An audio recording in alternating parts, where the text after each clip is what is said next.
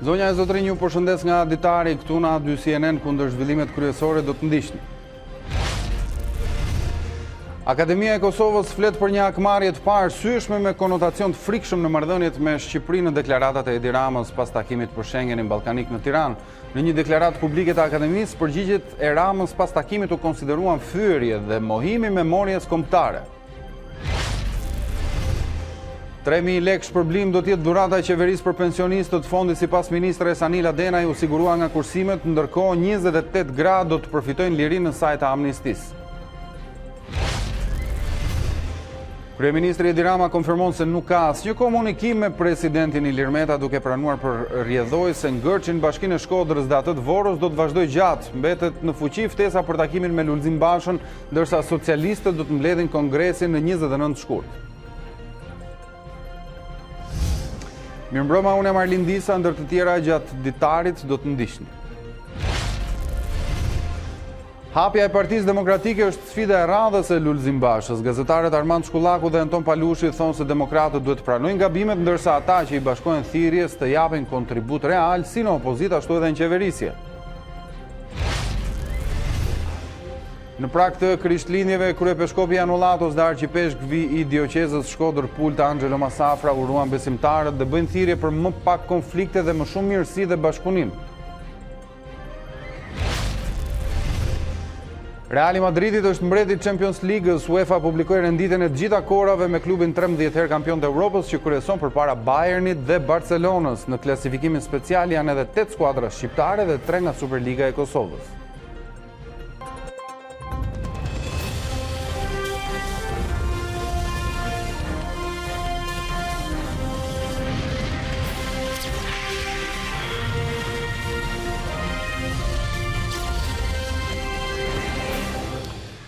Akademia e Shkencave në Kosovë kritikoi ashpër qëndrimin e kryeministrit Rama kundër liderëve të Prishtinës për refuzimin e ftesës për samitin e mini Schengenit ballkanik. Akademikët e konsiderojnë qëndrimin e Edi Ramës një fyerje, ndërkohë që evidentojnë indiferencën zyrtare ndaj agresionit serb në Kosovë. Kosova lëshon një tjetër reagim të ashpër ndaj deklaratave të kryeministrit shqiptar Edi Rama që sulmoi liderët politik të Prishtinës për refuzimin e pjesëmarrjes në takimin e Tiranës për mini Schengenin ballkanik. Akademia e Shkencave dhe Arteve thekson se nisma e propozuar nga Serbia ka prapavi politike dhe synon të pengojë perspektiven evropiane të Ballkanit. Akademikët e Kosovës në një deklaratë nënvizojnë se qëndrimi i ashpër i kryeministrit Rama rrezikon marrëdhëniet Prishtinë-Tiranë. Duke e ditur se Kosova nuk mund të përfshihet në asnjë proces dhe në asnjë marrëveshje ku ajo nuk është e barabartë dhe ku asaj nuk i njihet shtetësia dhe sovraniteti, fyerja dhe lëndimi që ju bë asaj në takimin e fundit në Tiranë, përfshir edhe tiradat përçmuese të kryeministrit të Shqipërisë, ka përmasat e një hakmarrjeje të parësyeshme dhe me konotacion të frikshëm për të ardhmen e marrëdhënieve ndërmjet Kosovës dhe Shqipërisë. Akademia e Shkencave dhe Arteve e Kosovës vijon kritikat ndaj Ramës, ndërsa e akuzon atë për indiferencë ndaj agresionit serb. Në Tiranë, bashkë me mohimin e agresionit serb mbi Kosovën, të mira të vrarve e të masakruarve, të deportimit dhe shkatërimeve të papara, përveç që u promovua indiferenca zyrtare e Shqipërisë dhe mohimi i kësaj memorie kombëtare, duke i quajtur këtë histori të Kosovës pyetje patetike. Duke përsëritur kundërshtimin e fortë për mini Schengenin ballkanik, Akademia e Shkencave dhe Arteve e Kosovës kritikon shoqërinë civile dhe botën akademike në Shqipëri për mos reagimin ndaj sulmeve të Edi Ramës karshi Prishtinës. Presidenti i Serbisë Aleksandar Vučić zbulon se Bashkimi Evropian e sheh me skepticizëm nismën për krijimin e Schengenit ballkanik. Ai vlerëson guximin e kryeministrit Rama për mbështetjen e këtij projekti, ndërsa thekson se vendet kursejnë deri në 2.5 miliardë euro nga heqja e barrierave kufitare. Presidenti i Serbisë Aleksandar Vučić pas kthimit në Beograd ka komentuar takimin e Tiranës për mini Schengenin ballkanik. Në një intervistë për televizionin O2, ai zbulon se në kryeqytetet evropiane, ky projekt nuk mbështetet me entuziazëm, ndërsa vlerëson temase kurajon e kryeministrit shqiptar Edi Rama. Unutar glavnih gradova Evropske unije.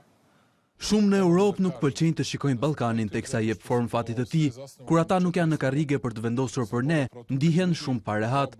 Me gjithë mosmarrëveshjet që ne kemi në marrëdhëniet Shqipëri-Serbi, në këtë drejtim, ekonomikisht Edi Rama ka treguar guxim të madh. Premijera Ramu, njegovu odlučnost. Matej Vučić tregon edhe benefitet e mëdha financiare që përfiton Serbia nga zbatimi i projektit të pagëzuar si mini Schengeni ballkanik. Uštedili bismo više od 2,5 milijarde. 2,5 milijarde evra. Nëse ne reduktojmë pengesat kufitare, do të kursejmë 2,5 miliard euro në total, me Serbin që kursen e vetme të paktën 1 miliard euro. Imagjinoni se çfarë mund të bënte Serbia me ato para.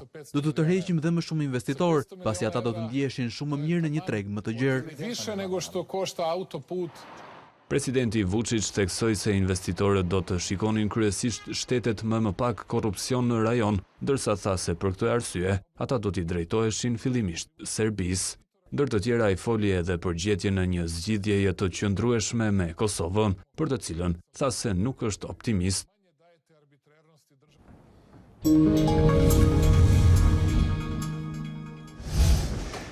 Qeveria do t'jap edhe këtë vit një shpërblim me rastin e fundvitit për shtresat në nevojë. Vendimi është njoftuar sot nga Ministrja e Financave Anila Denaj në një konferencë për shtyp, por për të folur më shumë për këtë çështje do të kemi tani një lidhje të drejtë për drejtë me gazetaren tonë të ekonomisë, Genta Dobra. Genta, mirëmbrëma, të përshëndes. Atëherë, sa është shuma që do të jepet këtë vit dhe cilat kategori do ta përfitojnë atë? Po Arlin, në fakt janë mbi 660.000 qytetarë të cilët do të përfitojnë këtë bonus të akorduar sot nga qeveria në masën e 3.000 lekëve të reja. Janë sigurisht pensionistët ata të cilët pjesa dërmuese do të marrë këtë bonus, janë mbi 530.000 pensionistë që do të përfitojnë këtë shpërblim për fundvitit, por nuk janë këto kategoria e vetme. Janë gjithashtu personat të cilat marrin një pension invaliditeti do të përfitojnë nga ky shpërblim i akorduar nga qeveria, gjithashtu do të marrin edhe personat të cilët përfitojnë një pension familjar, kujtojmë këtu mund të sjellim një shembull që janë kryefamiljari ose kryefamiljare e cila mbetet i ose e ve, si dhe personat të cilat marrin një pension social. Mund të sjellim shembullin e minatorëve, ushtarakëve apo ish ushtarakëve të cilat kanë dalë në pension të parakohshëm. Por si dhe kur do të merret ky shpërblim nuk është përcaktuar ende, megjithatë, siç ka funksionuar edhe në vitet e mëparshme, pensionistët apo qytetarët do mund ta tërheqin këtë shpërblim pranë sporteleve të postës shqiptare apo edhe pranë bankave në rast se ata tërheqin pensionin e tyre në banka. Pensionistët këtë vit do të marrin 3.000 lekë të reja shpërblim. Pas debateve të shumta, qeveria ka vendosur të akordoj bonusin e kthyer tashmë në tradit në fund vit, por në një mas më të reduktuar në krahasim me vitin e kaluar. Mos realizimi të ardhurave në buxhet, por edhe situata krijuar nga tërmeti 26 nëntorit, kanë detyruar qeverinë të shtrëngojë dorën. Ishte një vit jo i lehtë, duke shtuar kësaj dhe pasojat nga tragjedia e tërmetit, e cila jo pak do të marrë energji nëpërmjet fondit të rindërtimit dhe të gjithë programit të rindërtimit që është duke u përgatitur. Gjithashtu, ne mbajtëm zotimin tonë për një solidaritet me pensionistët, duke konsideruar një bonus në masën e 3.000 lekëve për çdo pensionist dhe kategori tjetër qytetarësh që trajtohen me pensionet veçanta. Por kush janë kategoritë që do të përfitojnë nga bonusi i akorduar? Sipas Ministrisë së Financave, nga ky shpërblim i parashikuar do të përfitojnë pensionistët në pension pleqërie, individ që marrin një pension invaliditeti, ato të cilët përfitojnë një pension familjar, si dhe persona të tjerë që trajtohen me pension social apo të veçantë, si minatorët apo ushtarakët. Genta, ndërkohë duket se këtë vit qeveria kishte të vështirë të akordonte shpërblimin për pensionistët dhe vendimi erdhi relativisht vonë. Përse ndodhi kjo dhe a mund të themi dhe shumën totale që vihet në dispozicion nga buxheti i shtetit? Po Arlin, në fakt ka pasur diskutime mbi çështjen nëse do ketë apo jo shpërblime për fundvit dhe siç edhe pam vendimi erdhi në fakt vonë. Kjo për shkak të mos realizimit të ardhurave që ka pasur në buxhet këtë vit me 11.2 miliard lek më pak se sa plani, se sa parashikimi i Ministrisë së Financave, por gjithashtu ajo që ka agravuar gjendjen ka qenë edhe situata e tërmetit të 26 nëntorit, në fakt e cila nuk ka ende një faturë zyrtare se sa do t'i kushtoj buxheti të shtetit, megjithatë e ka vështirësuar akoma më shumë gjendjen. sepse janë rreth 13 miliard lekë që do merren nga buxheti i vitit të ardhshëm për fondin e rindërtimit. Janë kryesisht këto dy element, por edhe ngadalësimi i ekonomisë që ka bërë, le të themi, ka vënuar edhe vendimin e Ministrisë të Financave për të akorduar këtë fond prej 2 miliard lekë që do shpërndahet tek pensionistët, por edhe te kategoritë që ne i përmendëm edhe pak më herët. Krahasuar ndërkohë me vitet e kaluara, agenda, si është shpërblimi që pensionistët do të marrin këtë vit në raport me vitet e kaluara? Në fakt është një shpërblim, siç e thamë, në masën e 3.000 lekëve, është më i ulët se krahasuar me një vit më parë. Vitin e kaluar në 2018, pensionistët, por edhe kategoritë e tjera kanë përfituar një shpërblim në masën e 5.000 lekëve të reja, por ndërkaq nëse i referohemi shifrave zyrtare të paktën në 5 vitet e fundit, ky shpërblim ka variuar nga 2.000 lekë deri në 5.000 lekë të reja. Në 2015 ky shpërblim ka qenë 2.000 lekë të reja, ndërkaq në 2018 ka qenë 5.000 lekë të reja. Pra këtë vit kemi një nivel më të reduktuar, le të themi, të këtij bonusi, i cili, siç e thamë edhe më herët, ka shkaktuar dhe debate dhe një vonesë në vendimin për t'ju dhënë këtyre qytetarëve ky shpërblim. Megjithatë, vitin tjetër kujtojmë që nuk parashikohet një rritje pensionesh, por vetëm një indeksim i tyre. Megjithatë, sot ka dalë edhe vendimi i Këshillit të Ministrave për shpërblimin, megjithëse nuk ka detaje të specifikuara nëse do përfshihen në këtë bonus edhe familjet me ndihmë ekonomike, ashtu siç ka ndodhur edhe në vitet e mëparshme. Genta Dobra, unë të falenderoj për këto detaje dhe këto shpjegime që dhe në komunikim të drejtë për drejtë. 3.8% vlerësohet jetë rritja ekonomike për 3 mujorin e 3 të 2019, krahasuar me të njëjtën periudhë vitit kaluar, të dhënat u publikuan nga Instituti i Statistikave. Ekonomia shqiptare u rrit me 3.8% gjatë verës, duke u rikthyer një ritmi relativisht të shpejt, krahasuar me gjysmën e parë të vitit. Turizmi ka pasur ndikimin kryesor në këtë rritje, veçanërisht për shtysën që i ka dhënë tregtisë, hotelerisë dhe restoranteve, ndërsa kontribut pozitiv ka dhënë edhe grupi i industrisë dhe energjisë, falë rritjes në sektorin e industrisë nxjerrëse. Për ministren e Financave dhe Ekonomisë Anila Denaj, ky përshpejtim ishte i pritshëm. Ky akselerimi i rritjes për tremujorin e tretë në fakt ishte i pritshëm, po ashtu dhe sektorët apo faktorët kyç që ndikuan në rritjen e këtij treguesi. Kjo performancë e ekonomisë gjatë këtij tremujori, për sa i takon rritjes së saj, shkon gjithashtu në linjë edhe me performancën e tregut të punës, ku norma e papunësisë njohë sërish një riduktim të konsiderueshëm. Për periudhën korrik shtator, mbyllja e lojrave të fatit vijoi të kishte një efekt negativ në ekonomi me minus 0.63%, një efekt që pritet të vijojë deri në fund të dhjetorit. Negativisht ndikoi edhe sektori i ndërtimit me minus 0.1% për shkak të përfundimit të punimeve për gasjellësin TAP, megjithse pritshmëritë janë për një gjallërim të këtij sektori me nisjen e programit të rindërtimit pas tërmetit.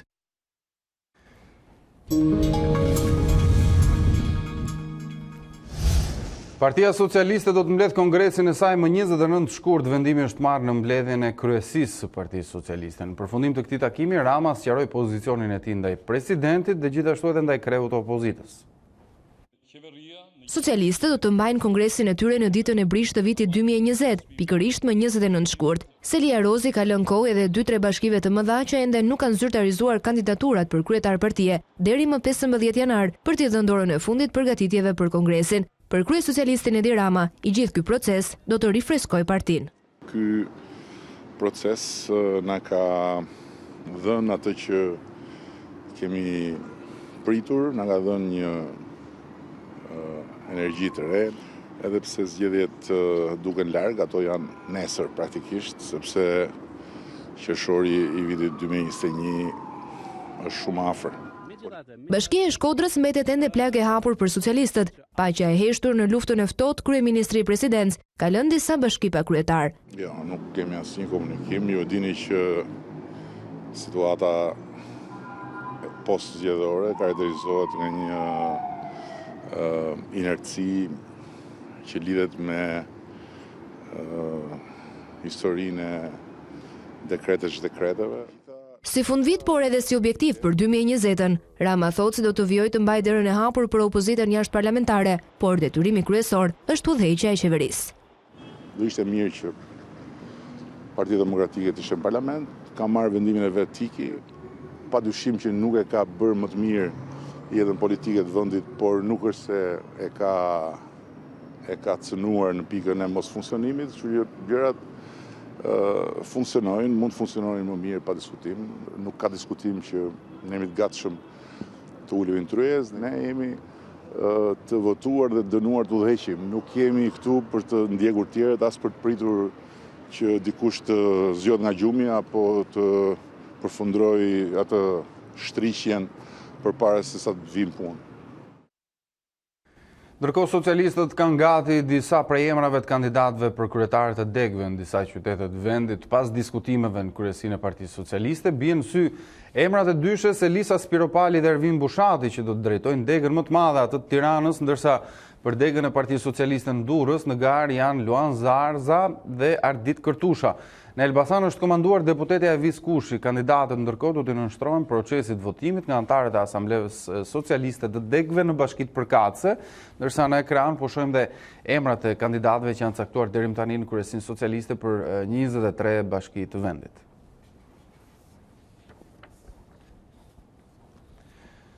Analistët e shohin si sfidë kërkesën e liderit Basha në mbledhjen e fundit kryesisë për hapjen e Partisë Demokratike. Sipas gazetarëve Armand Shkullaku dhe Anton Palushi, demokratët duhet të pranojnë gabimet, ndërsa ata që i bashkohen thirrjes duhet të japin kontribut real si në opozitë dhe në qeverisje. Ideja e Lulzim Bashës për hapjen e Partisë Demokratike nuk është e re. Lideri i opozitës e ka drejtuar disa herë këtë kërkesë për strukturat demokrate, në përpjekje për të forcuar zërin opozitar që kërkon ndryshim të pushtetit. Por ky artikulim publik duket se nuk mjafton. Kur je në opozit, fjala ka vlerë vetëm kur shndrohet në akt.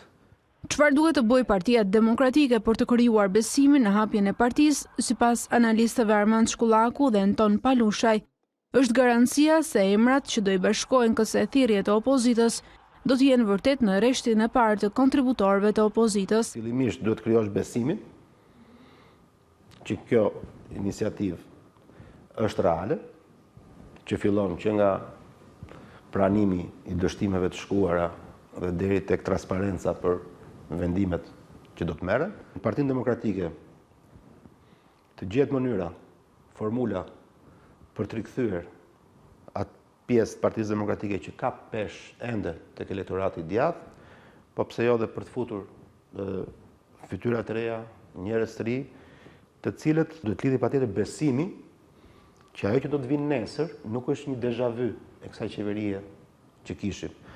Ta njerëz që afrohen në, si thua, në Partinë Demokratike, kanë garanci që do bëhen pjesë e garave aty, si thua, garave të ndeshme, dhe ai duhet garantojë që njerëzit që në momentin që do bëj hapjen e Partisë Demokratike, këta njerëz që do bëhen, si thua, pjesë e strukturave të reja ose strukturave të vjetër, nuk ka rëndësi, të jenë në gjendje të garojnë, domethënë të përballen me njëri tjetrin, të fitojnë kredo politike, mediatike, si thua, të votohen. Pra, nëse ky është, si thua, kjo është garancia që jep zoti Basha, kjo është thelbi i gjithë strategjisë. Veç hapjes së Partisë, demokratët në këto ditë dhjetori duhet të punojnë edhe për finalizimin e paketës për reformën zgjedhore dhe ato që e cilësojnë alternativë qeverisëse së Partisë Demokratike.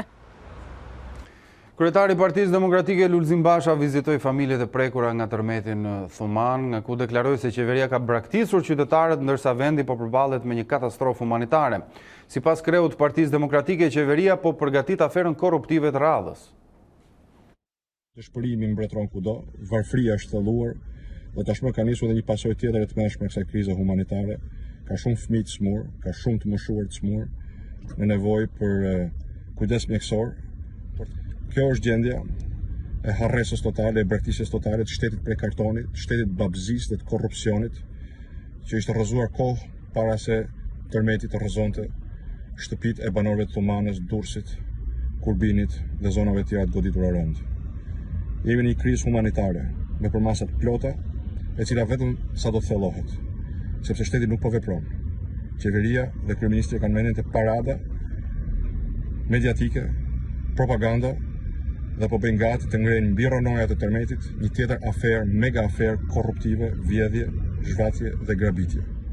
Rruga për ta zgjidhur të krizë duhet nisë me përpjekjet e gjithë shqiptarëve, pa dallime partijake, për të patur një qeveri të përgjegjshme, një qeveri e cila ndihmon në kapërcimin e pasojave të tërmetit.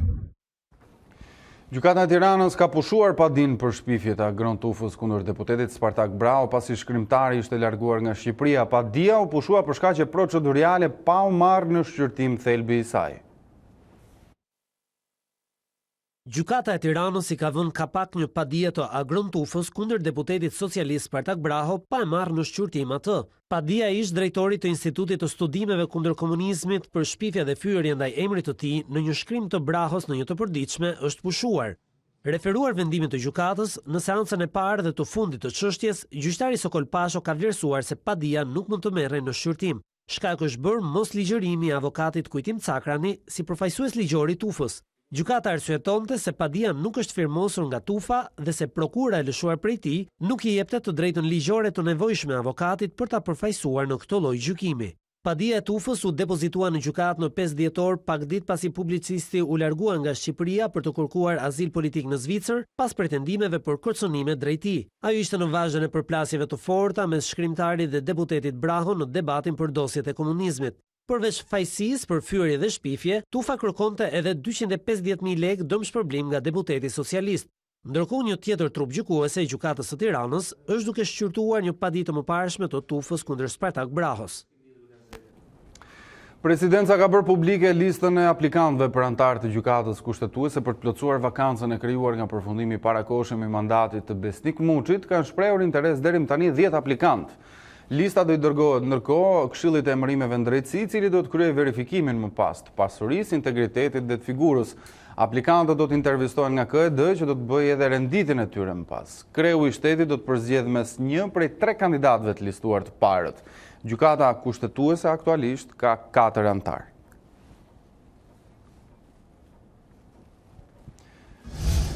Ministria e Drejtësisë bardhi detaje nga vendimi për amnesti në një kategorie të dënuarish ku përfitojnë lirimin e menjëhershëm nga qelit 62 të dënuar gra dhe të mitur. Kategori tjetër që përfiton janë edhe burrat mbi 60 vjeç të cilët nuk janë dënuar për vepra të rënda penale. Projekt ligji dhe lista me emrat e tyre që do të përfitojnë nga amnistia e fundvitit do t'i dërgohet parlamentit për miratim, por duket se votimi në kuvend do të bëhet vetëm në fillim të muajit janar.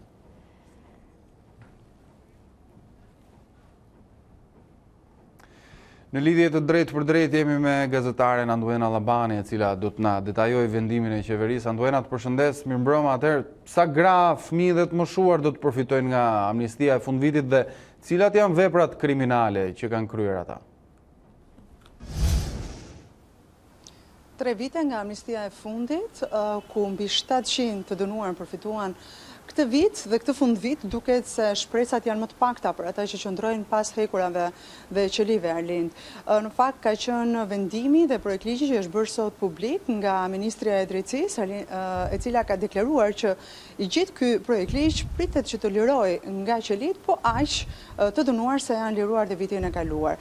Në projekt ligjin e propozuar nga qeveria, parashikohet që të përfitojnë nga amnistia të gjithë ata persona të cilët janë të dënuar me vendim të formës së prerë me burgim deri në 3 vjet për dënime të dhëna deri në 30 nëntor të vitit të shkuar, pra ati 2018, pavarësisht kohës që i ka mbetur për të vuajtur në dënim. Gjithashtu amnistohen të gjithë personat të dënuar me burgim, të cilëve deri në datën e hyrjes në fuqi të këtij ligji u kanë mbetur një periudhë prej 2 vjeçare e dënimit për të vuajtur, ndërsa një tjetër kategori janë femrat mbi 50 vjeç dhe meshkujt mbi 50 vjeç. Sigurisht që në këtë kategori ku përfitojnë janë edhe fëmijët, të cilët gjatë kryerjes së veprës penale kanë qenë minoren. Por duhet të themi që janë pothuajse 56, ne e tham dhe shifër më parë, e citove edhe ti Arlind, dhe mes tyre ka edhe 4 fëmijë. Nga kjo amnisti përfitojnë një kategori të dënuarish që vlerësohet që për shkak të dënimit të mbetur, ose veprës së lehtë për të cilën janë dënuar, të lirohen përpara kohës së kryerjes së këtij dënimi. Nga amnistia e miratuar nga Këshilli i Ministrave, në bazë të gjitha kritereve të vendosura, më të lehtësuara për gratë dhe të miturit, nga 56 gra që vuajnë aktualisht dënimin, përfitojnë lirim të menjëhershëm gjysma e tyre. Thënë më qartë, fitojnë lirin 28 gra dhe ndërkohë përfitojnë ulje me 1/3 e dënimit të mbetur 28 gra të tjera. Përfitojnë gjithashtu dhe 4 të dënuar të mitur, ku vuajnë sot dënimin dhe 2 të tjerë përfitojnë uljen me 1/3 e dënimit. Nga ana tjetër, nga kjo amnisti përfitojnë edhe një numër i konsiderueshëm burrash, të cilët janë dënuar me dënim të formës së prerë deri në 2 vjet, vendim i formës së prerë deri në datën 30/9/2019, ose u kanë mbetur për të vuajtur nga ky dënim deri në 2 vjet burgim. Ndërkohë, Andoena, ka një kategori të dënuarish që është përjashtuar nga amnistia pavarësisht moshës apo viteve që i kanë mbetur për të vuajtur në burg, apo jo, për cilën kategori bëhet fjalë? Bëhet fjalë në fakt, Arlind, jo vetëm për ata persona të cilët janë shmangur periudhës së hetimit, gjykimit dhe dënimit, por edhe për një kategori personash të cilët janë të dënuar për vepra shumë të rënda penale, ku futen ato që lidhen me krime kundër njerëzimit, krimet seksuale, veprat penale kundër moralit dhe dinjitetit, ato që lidhen me fëmijët, martesën dhe familjen, dhe sigurisht që janë të përfshirë dhe ata që lidhen me terrorizmin dhe me akte të tjera, dhe çdo minoren i cili është i përfshirë në veprat penale të grupit të strukturuar kriminal. Ky projektlish tashmë do t'i dërgohet për një miratim dhe konfirmim prokurorisë së përgjithshme, e cila ka dosjet penale të personave në fjalë, por edhe Ministrisë së Brendshme, e cila ka një database të gjithë personave kontingjent. Më pas, gjithë kjo listë do t'i dërgohet Kuvendit, besoj se vitin e ardhshëm, Arlind, kur të nisë edhe seksioni i parë i punimeve të Kuvendit, për ta bërë të mundur, ditet në vullnetin e tyre, për ta bërë të mundur se kur do t'jetë dita që këta njerëz të shkojnë pranë familjeve të tyre. Andoena Allabani, unë falenderoj për këtë komunikim të drejtë për drejtë dhe detajet që shpjegove. Ende pa nisur funksionin e saj, SPAK do të përballet me padinë e parë që vjen për ironi të fatit nga një i pandehur. Arbër Çekaj akuzojnë për shpërdorim detyre një prej prokurorëve të prokurorisë posaçme të hetimit, duke pretenduar se ka falsifikuar prova në çështjen ku Çekaj është i përfshirë. Arbër Çekaj, pronari i kompanisë Abi Garden, që akuzohet si porosici i kontenjerëve me banane, ku një vit më parë u kapën 613 kg kokain, kallëzon në prokurorinë e posaçme antikorrupsion, prokurorin e çështjes Edvin Kondili, si dhe oficerin e policisë gjyqësore. Në këtë paditë të dorëzuar nga avokati i tij ligjor, Çekaj pretendon se ka një akt të falsifikuar në lidhje me hyrjedalit e tij në sistemin Teams. Më datë 28/2/2018 është bërë kthyrje të dhënave të sistemit Teams për Çekajin dhe ka rezultuar se dalja e fundit e regjistruar është 12/3/2015 nëpërmjet pikës së kalimit kufitar Rinas dhe hyrja e fundit më datë 11/2/2018 në Muriqan. Por dokumentat e tjerë shkresor të marra nga OPG-ja në Durrës provojnë se Çekaj ka 50 dalje jashtë vendit dhe jo siç ka pretenduar prokurori në konkluzionet e tij. Në këtë kallëzim janë përfshirë dhe transkriptime të bisedave telefonike mes të pandehurit dhe një oficer i policie. Në këtë bisedë, e cila ka zgjatur 2 minuta e 6 sekonda, është komunikuar nga ana e oficerit të antinarkotikut, i cili është prezantuar Arbër Çekajt për funksionin e tij dhe ka pyetur ku ndodhej. Prokurori i krimeve të rënda, Kondili kërkoi 21 vjet burg për Çekajin, ndërsa i mohoi se ka patur dijeni për lëndë narkotike dhe se kontenjerët ku u gjet droga nuk janë në pronësitë të tij. Kreu i Këshillit Lartë Prokurorisë Gent Ibrahimi zhvilloi një takim me prokurorët e Elbasanit. Kandidaturat për postin e drejtuesit të organit akuzës në këtë qytet mësohet këtë qenë tema kryesore e diskutimit mes palëve. Burime për adysiene ndërkohë bëjnë me dije se 2 kandidaturat për drejtues të prokurorisë në Elbasan janë Bledar Mostafaraj dhe Kreshnik Ayazi. Do të jetë Këshilli i Lartë i Prokurorisë që do të vendosë më pas për emrin që do të marrë drejtimin e prokurorisë në këtë qytet.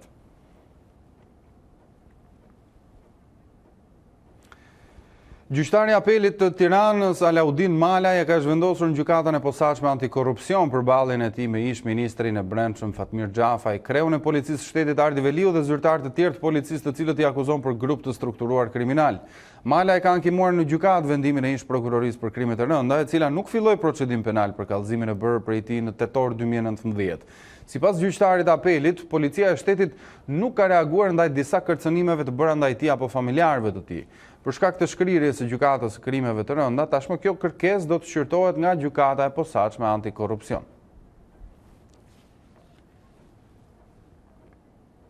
Mirë, shkëputemi për një hapësirë të shkurtër, kthehemi pas pak.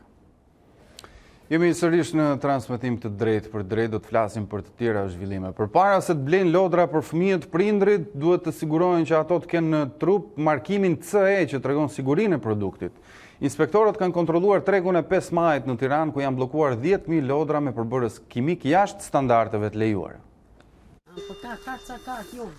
Markimi CE pra është i vendosur në shënuar në flak ose në trupin e lodrës. Çdo lodër fëmijësh që shitet në treg duhet ketë markimin CE në trup, për ndryshe shit si gjobitet. Do të jetë CE ta ketë në trup pa gjimi tjetër.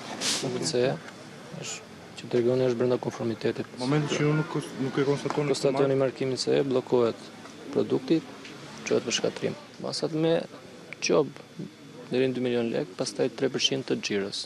Për të siguruar që tregtarët shesin lodrat sigurta, ekspertët e Inspektoratit Shtetëror të Mbikëqyrjes së Tregut kontrolluan zonën e 5 majit në Tiranë. Një produkt me markimin CE është në përputhje me rregullat teknike dhe bëhet i disponueshëm për tregun shqiptar dhe atë europian, por nuk do të thotë se është prodhuar në Europë. Patjetër, çdo gjë është sigurt. Në fabrikë marrën, nuk marr për shembull kot më kot. Ku e bën? Çfarë? Në Kinë. Pa, në Kinë ju e tregu më i madh botës. Shefi i Inspektoriatit këshillon prindrit. Prindrit duhet kujdesen në momentin që ata kanë vendosur të blejnë lodra për fëmijët, pasi janë me rrezik shumë të lartë kimik dhe fizik gjithashtu. Kanë parasysh lodrat që thyhen, gëlltiten nga fëmijët, kanë parasysh element kimik toksik jashtë çdo norme të lejuar. Aktualisht kemi bllokuar mbi 10.000 lodra. Pra duhet të jetë brenda në lodra. Kjo është kam parasysh të. Okej? Po, patjetër. Policia ka kaluar nga dishmëri të përforcuar për festat e fundvitit. Drejtori për rendin dhe sigurinë Albert Dervisha i tha se rëndësi do u kushtohet sigurisë së jetës dhe pronës dhe veçanërisht prekurve nga tërmeti. Në prag të festave të fundvitit, policia e shtetit ka kaluar në gatishmëri të përforcuar, duke vënë theksin tek siguria e jetës dhe pronës. Për këtë në të gjithë vendin është rritur numri i forcave të policisë, ndërsa do të angazhohen dhe repartet speciale. Vëmendje e veçanti është kushtuar dhe qytetit të Durrësit e Lezhës, ku do të ketë masa shtesë për ruajtjen e pronave të qytetarëve që u goditën nga tërmeti. Drejtoria vendore e policisë Durrës, Tiranë dhe Lezhë kanë marrë masa ekstra në drejtim të ruajtjes së pronës, sidomos në ato zona që u goditën nga tërmeti me qëllim parandalimin e vjedhjes së pronës. Policia e shtetit, nëpërmjet këtyre masave, synon që festa e Krishtlindjeve dhe e vitit të ri të kalojë në mënyrë sa më festive dhe të mos venitet nga episode të mundshme palishmërie. Ashtu si dhe vitin e kaluar, policia prej disa ditësh ka nisur dhe aksionin kundër fishekzjarreve të rrezikshme. Shtimi i kontrolleve ndaj subjekteve që tregtojnë fishekzjarr, duke bashkëpunuar me strukturat e tjera ligjzbatuese. Në këtë drejtim, strukturat e policisë së shtetit po intensifikojnë kontrollet për verifikimin e kushteve të prodhimit, magazinimit, tregtimit dhe përdorimit nga subjektet e licencuara të lëndëve piroteknike dhe fishekzjarreve. Po ashtu policia ka nisur një plan të detajuar masash për qarkullimin rrugor, duke shtuar prezencën në të gjitha akset e vendit, ndërsa lehtësi do të ketë dhe në pikat e kalimit kufitar. Kthimi qytetarëve shqiptar për të festuar në atë dhe ka sjell fluks në pikat kufitare të Kapshticës dhe Kakavijës. Policia kufitare ka shtuar sportelet në të gjitha pikat hyrëse për të shmangur krijimin e radhëve të gjata. 3 ditët e fundit thuajse në të gjitha pikat kufitare të vendit është shtuar ndjeshëm fluksi ardhes së emigrantëve për festat e fundvitit, Krishtlindjen dhe Vitin e Ri. Pikat kufitare të Kakavijës, Kapshticës, porti Ditari, Durrësit dhe i Vlorës, por përballojnë flukse gjithnjë në rritje të personave që futen në vendin tonë. Një numër i konsiderueshëm është dhe i automjeteve që vinë. Për të përballuar këtë fluks, thuajse në të gjitha pikat kufitare të vendit, është shtuar numri i sporteleve të përpunimit në mënyrë që të mos krijohen radhë të gjata. Nisur nga eksperjenca viteve të mëparshme, ardha e emigrantëve vijon edhe pas Krishtlindjes, por me një intensitet më të ulur.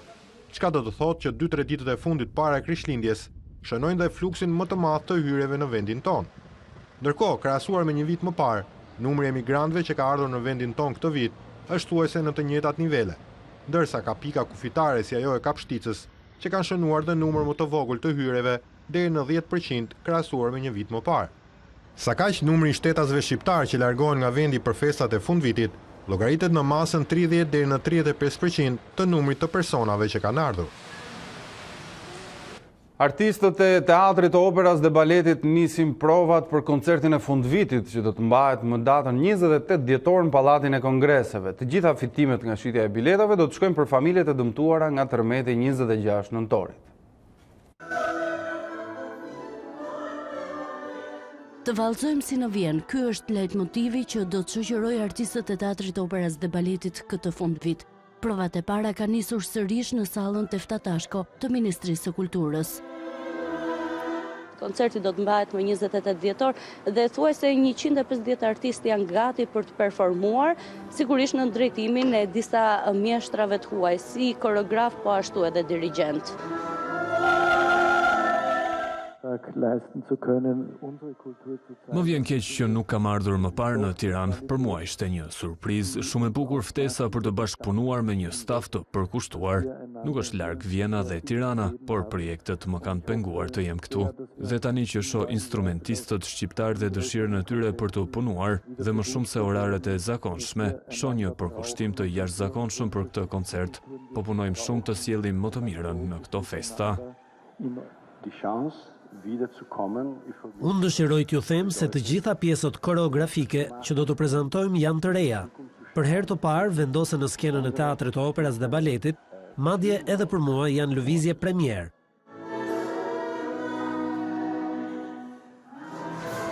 Grand Gala e këtij viti në Pallatin e Kongreseve përmban në program Tinguit Vjenez, ku dallojnë Mozart dhe Strauss.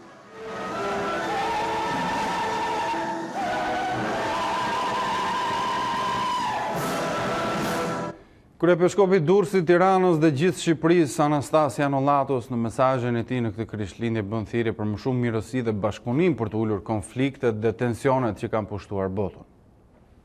Në Krishtlindje, në të kremten e madhe të ardhjes së birit dhe fjalës së Perëndis brenda njerëzimit, kremtojmë nismen e Perëndis atë për të pajtuar me gjinin njerëzore. Në një kohë kur dashit, tensionet dhe konfliktet po torturojmë botën, do të kremtojmë Krishtlindjen në mënyrë më esenciale, vetëm nëse marrim pjesë, sipas mundësive tona, në përpjekjet për pajtim. Në ambientin ton të ngushtë, në jetën profesionale, shoqërore, kishtare e politike. Krishtlindjet e bekuara, vëllezër dhe motra, viti i ri le të na sjellë paqe, shpresë dhe solidaritet në provat e jetës. Gëzuar Krishtlindjen. Edhe arqipeshkvi dioqezës Shkodër Pultim, zota Angelo Masafra, uroi në këtë prag Krishtlindje, ku mesazhi i tij ishte indikuar nga katastrofa natyrore dhe pasojat që la pas tërmeti një muaj më parë. Kjo situatë, ai, duhet shërbejë si një shkundje për autoritetet shtetërore dhe njëkohësisht edhe për njerëzit që të mos humbasin shpresën dhe të bëhen më të mirë me njëri tjetrin.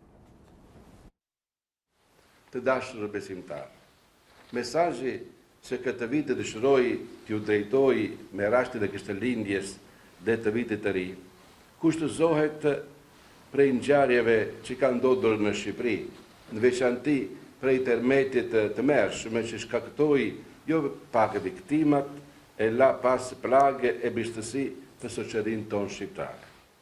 Kush e di nëse katastrofa natyrore që na ka goditur një muaj përpara nuk mund të shërbejë si shkundje, me qëllim që Shqipëria jon t'i hapet një kohë ku interesi për të mire përbashkët të bëhet të maj madhe se ai për të mire private. Ju uroj për shumë vjetë Krishtlindje 2019 dhe gëzuar vitin e ri 2020 katolikëve, ortodoksëve, të krishterëve dhe të gjithë të njerëzve vullnet të mire. Gëzuar për shumë vjetë.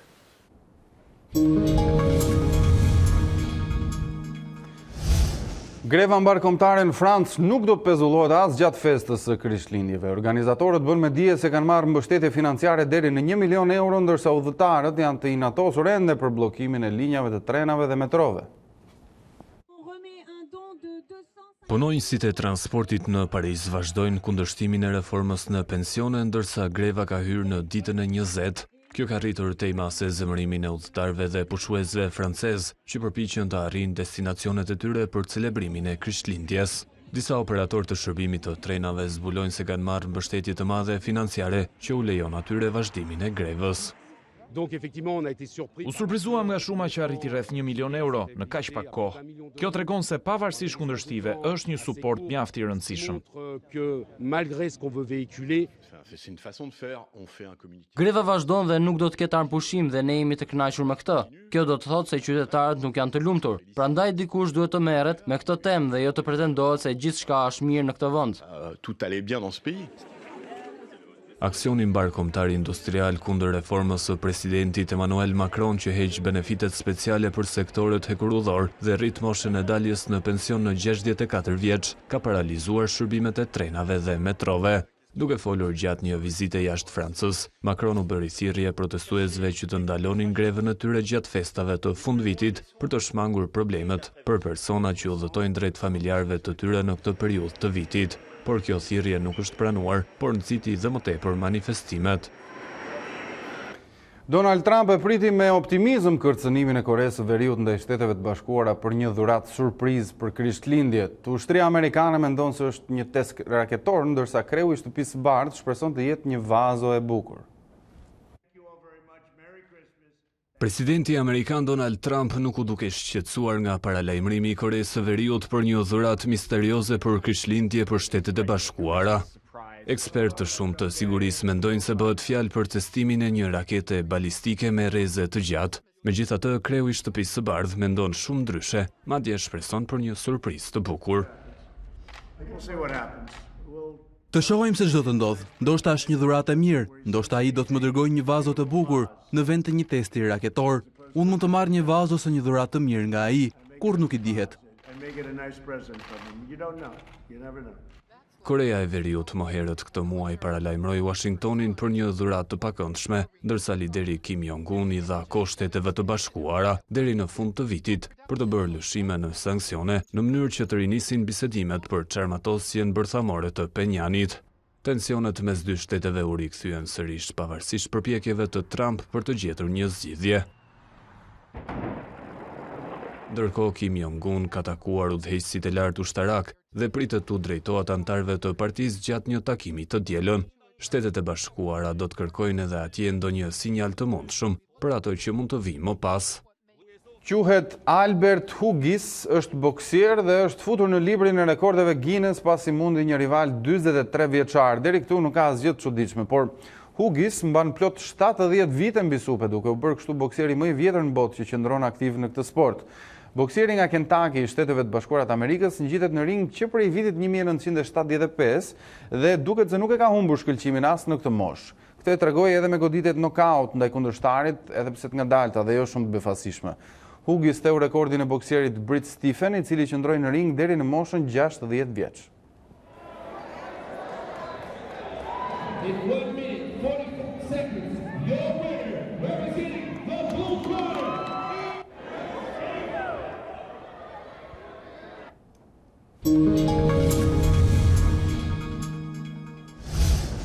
Babagjyshi i Krishtlindjeve nisi udhëtimin e tij vjetor rreth botës për të shpërndar fëmijëve dhuratat e Krishtlindjeve. Qytetarë të shumtë u mblodhën në rezidencën zyrtare të babagjyshit në Finland për të ndjekur nga afër përgatitjet.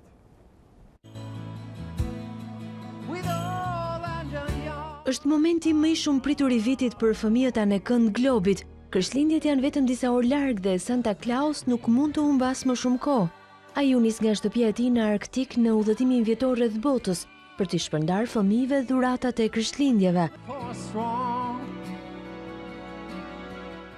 Fëmijët të rritur u mblodhën pranë rezidencës zyrtare të babagjyshit në qytetin e Rovaniemi në Finland për të dëgjuar këngë festive dhe fjalë të mençura nga Santa Clausi, ndërsa bëshin përgatitjet e fundit.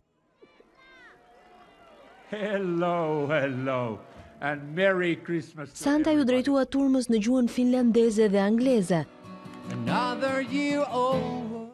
Përgatitjet kanë përfunduar dhe është koha për të gëzuar njerëzit rreth botës. Shpresoj të kaloni Krishtlindje të paqta e të bukura me miq e familjar. Gjithashtu mos harroni të bëni shok me personat e vetmuar. and to be a friend to the law. Më pas nisi etapën e parë të udhëtimit të tij në Polin e Veriut, ku do të furnizohet me dhurata. Babagjyshi do të grumbulloj më pas pjesën tjetër të drerëve e do të nisë udhëtimin e gjatë për t'u sjellë gëzim fëmijëve rreth botës. Merry Christmas to the back as well. Një person i veshur si elf argëtoi fëmijë të shumt ndërsa fluturoi në një tunel ere në Spanjë. Fëmijët e pranishëm i dorëzuan elfit edhe letrat e tyre për babagjyshin. Ndjekim pamjet pa koment.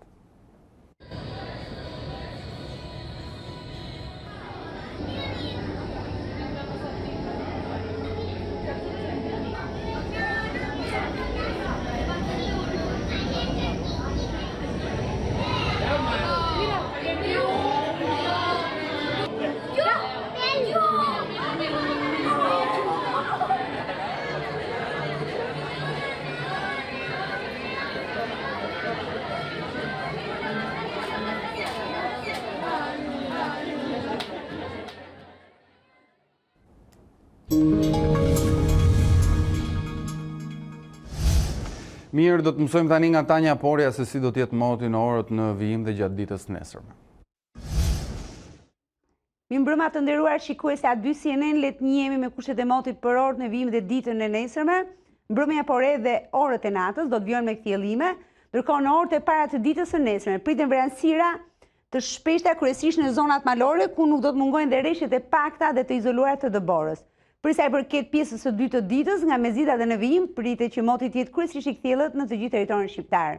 Temperaturat do të ulen lehtë në të dy vlerat ditore gjatë ditës së nesërme, duke bërë që vlerat minimale dhe maksimale në rreth territorit të luhaten nga -4 në skajin veri lindor deri në 13-14 gradë Celsius, maksimum ky në zonat jugperëndimore të territorit shqiptar. Edhe kontinenti evropian gjatë ditës së nesërme do të ketë kryesisht kthjellime në pjesën më të madhe të Europës, ndërsa rreshje të pakta mbeten prezente pjesërisht në zonat qendrore, por edhe në lindje. Po ashtu, vonë në mbrëmje kemi një tjetër stuhi e cila po i afrohet nga Oqeani Atlantik brigjeve të Britanisë së Madhe. Për sa i përket temperaturave, vijojnë të ulen temperaturat kjo kryesisht në zonat qendrore, por më së shumti në lindje dhe në juglindje, ku do të shënohet minimumi prej -14 gradë Celsius. Pritet nesër një rritje lehtë e temperaturave kryesisht në Gadishullin Iberik dhe në zonat jugore të Francës. Ky është parashikimi i motit për ditën e nesërme këtu në A2 CNN. Bashkëmirupafshim. Këto kanë qenë informacionet e fundit për këtë hapësirë informative, ndërkohë ju kujtoj se zhvillimet e fundit nga vendi, rajoni dhe bota i gjeni edhe në faqen tonë të internetit duke klikuar a2cnn.com. Unë ju falenderoj për vëmendjen, bashkë natë e mirë.